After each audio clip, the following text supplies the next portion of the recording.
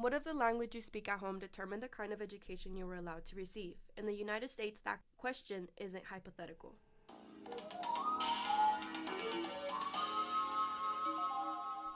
Welcome to our podcast. My name is Leo, My name's Irene. And I'm Lola.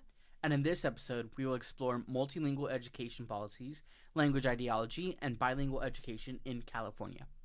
According to the California Department of Education, 40% of students speak a language other than English at home, and many enter school classified as English learners, ELs, receiving language support services. With that in mind, our central research question asks, how do state bilingual education policies shape opportunities for growing bilingual students differently in California?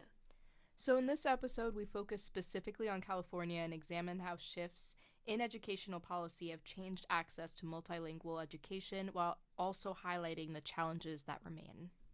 To better understand how language ideologies shape bilingual education, we spoke with Dr. Bitar, an assistant professor in the Department of Languages and Applied Linguistics at UCSC. Dr. Bitar's research focuses on bilingualism, language contact, and sociolinguistics. So the question guiding this episode is, how has California's shift in multilingual education policy expanded opportunities for growing multilingual students, and what challenges remain? Before talking about multilingual education programs themselves, it's important to understand the beliefs about language that shape these policies in the first place. This idea is especially clear in Baker and Wright's discussion of additive versus subtractive bilingualism. They explain that subtractive bilingualism occurs when students are expected to replace their home language with English, while additive bilingualism supports students in developing English while maintaining their first language, which is way better. True. The authors argue that language is never really truly neutral, and that languages often reflect attitudes towards social groups. Dr. Bitar adds to this idea, explaining that judgment about language are often judgments about people themselves. For bilingual students, this can mean being viewed as less intelligent or less capable simply because they do not use the socially dominant language variety. When we think about how someone speaks, we're really talking about what we think about the person, states Dr. Bitar. This type of framework helps us understand California's policy history because in 1998, Proposition 227 reflected a more subtractive approach, heavily restricting bilingual education, prioritizing English-only instruction for multilingual learners. However, the consequences of these policies go beyond language instruction. By this, we mean that according to Gandara, research on English learners in California found that multilingual students often faced unequal educational conditions, including less access to qualified teachers, fewer academic resources, and broader educational inequities compared to their English-speaking peers. This is so important because it suggests that language policy can shape not only how students are taught, but also the quality of educational opportunities they receive. California's Prop 58, which passed in 2016, marked a major change by expanding support for bilingual and dual language programs, reflecting a more additive understanding of multilingualism. However, even when policy appears supportive, inequalities can persist. As Callahan and Schiffer argue, English learner students often continue to face limited academic access, including reduced exposure to rigorous coursework, because educational systems sometimes focus on policy compliance rather than true equity. In other words, simply having a policy that supports multilingual learners does not automatically guarantee equitable educational experiences. True. This also connects to Gandara and Escamilla, who argue that bilingual education in the U.S. has often been shaped by political ideologies surrounding language, assimilation, and identity. Taken together, these studies show that debates about bilingual education are rarely just about teaching methods, but about power access and about whose languages are seen as legitimate within public education. Bilingual education in California will change over the next few years as 2030 approaches. We are accepting multilingualism only because we can capitalize on it as a state.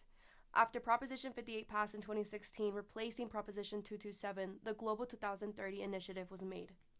Dr. Bitar says California generally has a positive view of bilingualism and supports dual immersion programs, but comes with a warning.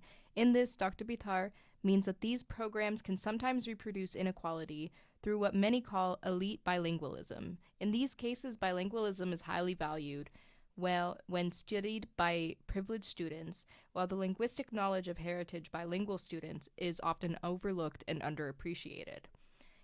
She says in the quote, We have to keep in mind who we're serving as an institution, and there's something wrong, there's something that we're doing wrong. We are way over our heads with Global 2030.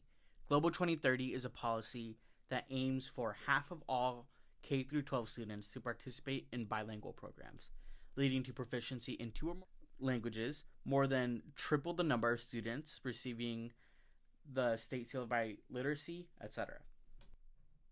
We are not meeting the high goals set by the initiative. K through 12 classrooms may not be as English only in the upcoming years, but we don't have enough teacher prep programs, and the seal of biliteracy program is flawed in its measurement of language proficiency anyways. It's been 8 years since the appeal of the English-only ban in classrooms, and many schools are still in the process of figuring out how to implement bilingual practices. This means that many schools will be testing different techniques without having the proper funding. One school in LA has been using multilingualism and translanguaging, but it's an important point that is also talked about in Dr. Bettina Love's podcast, where she mentions that city schools are usually kind of like guinea pigs for California's new initiatives. Languages lack universality, and we are going to create a lot of obstacles for our future students this way. With the bilingual teacher shortage and the test scores of California being lower than those of Texas, how can we, as future educators, support our multilingual students under the Trump administration's attack on non-English speaking classrooms?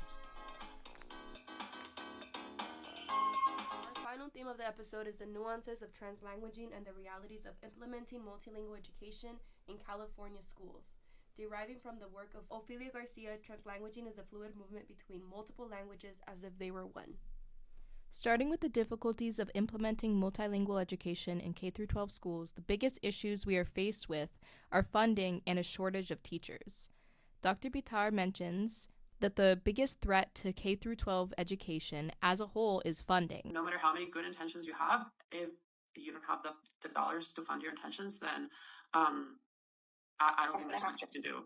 The Global 2030 initiative aims to double an amount of teachers that we're already short of, which means more training, which means more money, which means more funding. On top of this, if there's to be multiple languages being used in the classroom, that means teachers will need to spend more resources on getting classroom materials in those languages. The list of what needs to be funded can go on and on and on. However, I believe that the good of translanguaging can outweigh the bad, as it heavily benefits both students and teachers. As Dr. Bitar put it, bilingual students already translanguage amongst each other frequently, just not academically. So, allowing teachers to actively utilize multiple languages will only prove to be beneficial in the classroom. Speaking one's home language allows them to fully utilize their linguistic repertoire. Essentially, translanguaging in the classroom centers the experiences of multilingual students and asks them to bring to the table the part of themselves that they usually leave at home or outside of academics. However, translanguaging in the classroom is a heavily nuanced topic. To quote Ofelia Garcia, one of the most important challenges for bilingual education today is to ensure that languages do not compete with each other.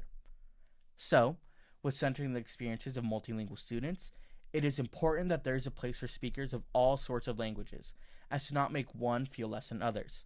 The goal of introducing multilingual education is to rid us of language ideologies that are actively placing one language over another.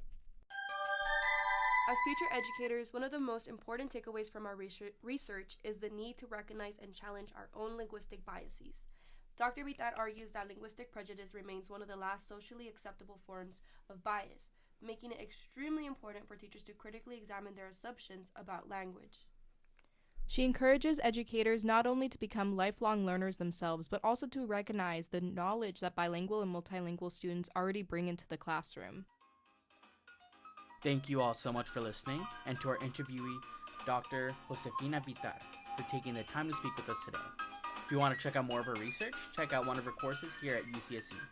Have a great summer, everyone. Bye! Bye!